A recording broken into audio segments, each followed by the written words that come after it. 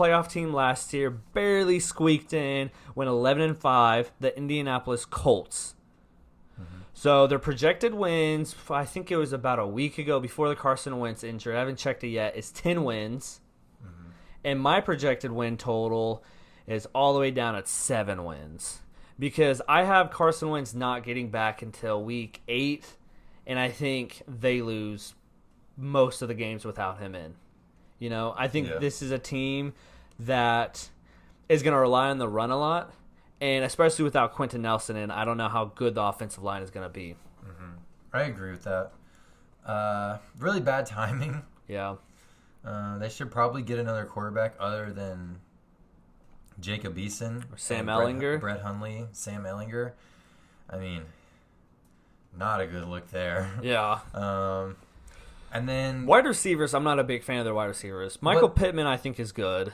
Yeah, I like Michael Pittman. That is all, though. Yeah. I think that the Quentin Nelson thing is really the big deal, honestly, because without Quentin Nelson, this is like a good-ish offensive line. Yeah. With Quentin Nelson, it's like a top 10 unit at the very least. Yeah. So I just think if you take away Quentin Nelson, then the running game isn't as productive as it was, and it wouldn't be as big of a deal if just one of those guys was hurt.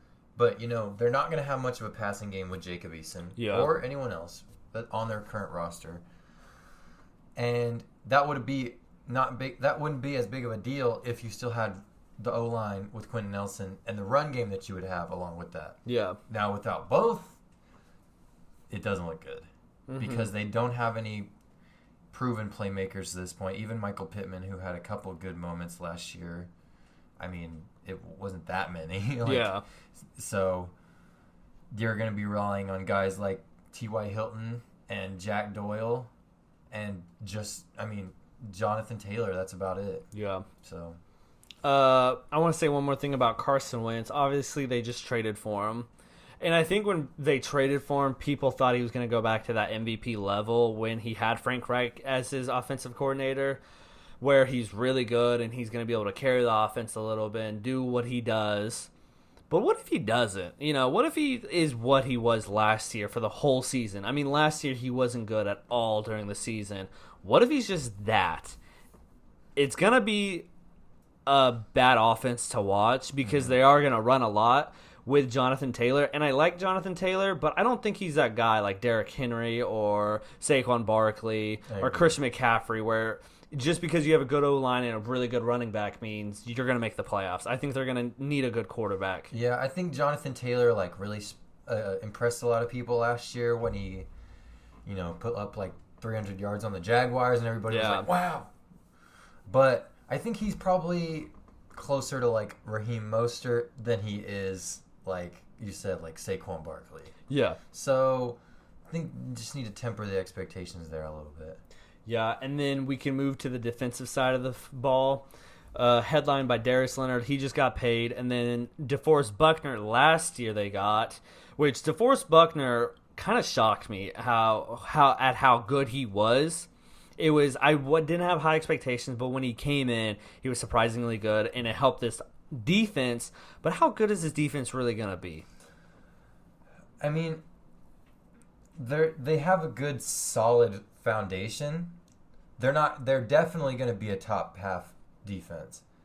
But they definitely are or not. They definitely are, but I don't know how highly they get up there. See, I think they're right around that 15 to 20 range. Because like even their stars, like Darius Leonard, DeForest Buckner, those guys are fantastic and they're really good at what they do. Yeah. But they're not necessarily like, it's not like we're talking about Aaron Donald or Prime Von Miller or even like Bobby Wagner or Darius Leonard and DeForest Buckner, they're both run stoppers who can do a little bit of extra stuff, but that's where they make their money. Well, I think they make plays, but they're not playmakers.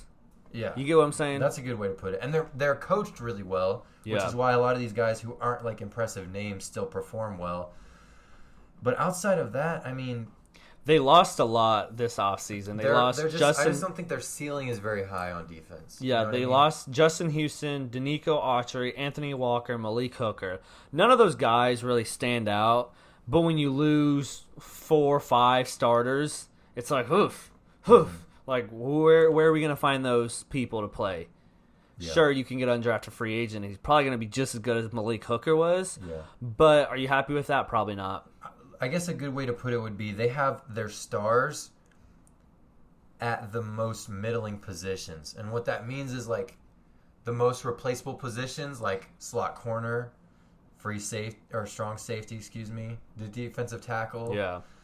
Are all positions that you could kind of go a little bit cheaper on. That's where their best players are. So naturally their ceiling just isn't as high. Yeah, I agree with that. And I'm not with the crowd who's calling Darius Leonard the best linebacker in the league. I will concede that he's very good. Yeah. Probably top 5 to 10 linebackers. I think he's top 5, top 3. But I'm not going to argue with you with that because I don't have a list. I think Bobby Wagner still.